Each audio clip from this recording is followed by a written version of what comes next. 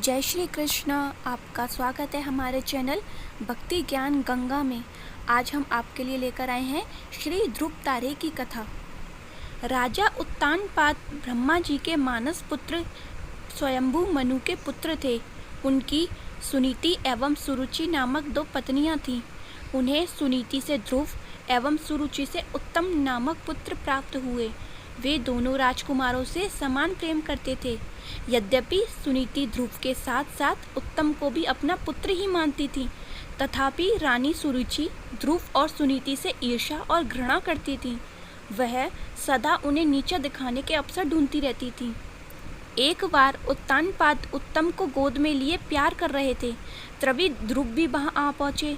उत्तम को पिताजी की गोद में बैठा देखकर वह भी उनकी गोद में जाकर बैठना चाहते थे। यह बात सुरुचि को नहीं जची।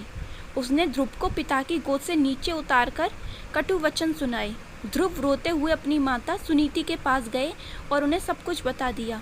वह उसे समझाते हुए बोली, वत्स, भले ही कोई तुम्हारा अपमान करे, परंतु तुम अपने मन में दूसरों के लिए अमंगल की इच्छा कभी मत करना।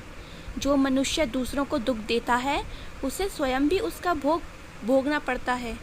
पुत्र, यदि तुम पिता की गोद में बैठना चाहते हो तो भगवान विष्णु की आराधना कर उन्हें प्रसन्न करो।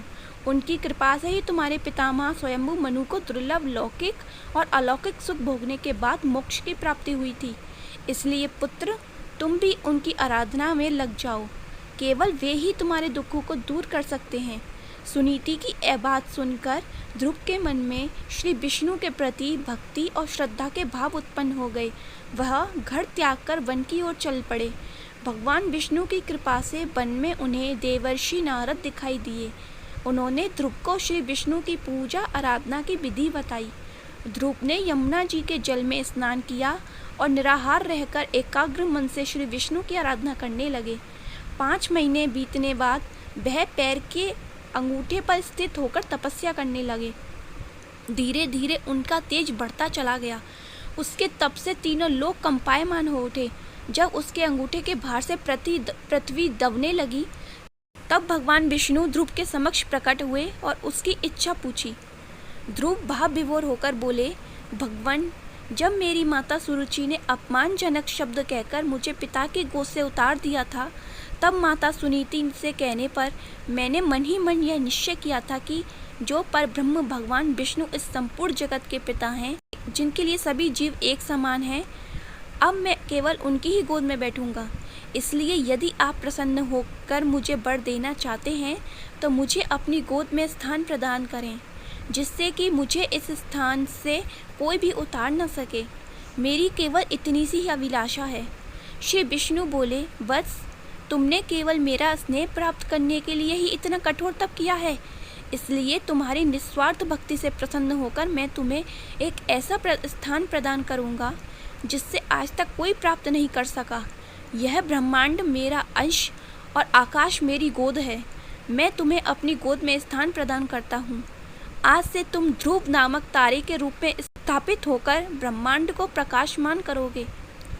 इसके आगे विष्णु भगवान ने कहा, तुम्हारा पद सप्त ऋषियों से भी बढ़कर होगा।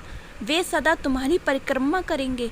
जब तक यह ब्रह्मांड रहेगा, कोई भी तुम्हें इस स्थान से नहीं हटा सकेगा। वत्स, अब तुम घर लौट जाओ। कुछ समय के बाद तुम्हारे पिता तुम्हें राज्य सौंपकर वन में चले जाएंगे। पृथ्वी पर 36,000 वर्ष तक धर्मपूर्वक राज्य भोग कर अंत में तुम मेरे पास आओगे।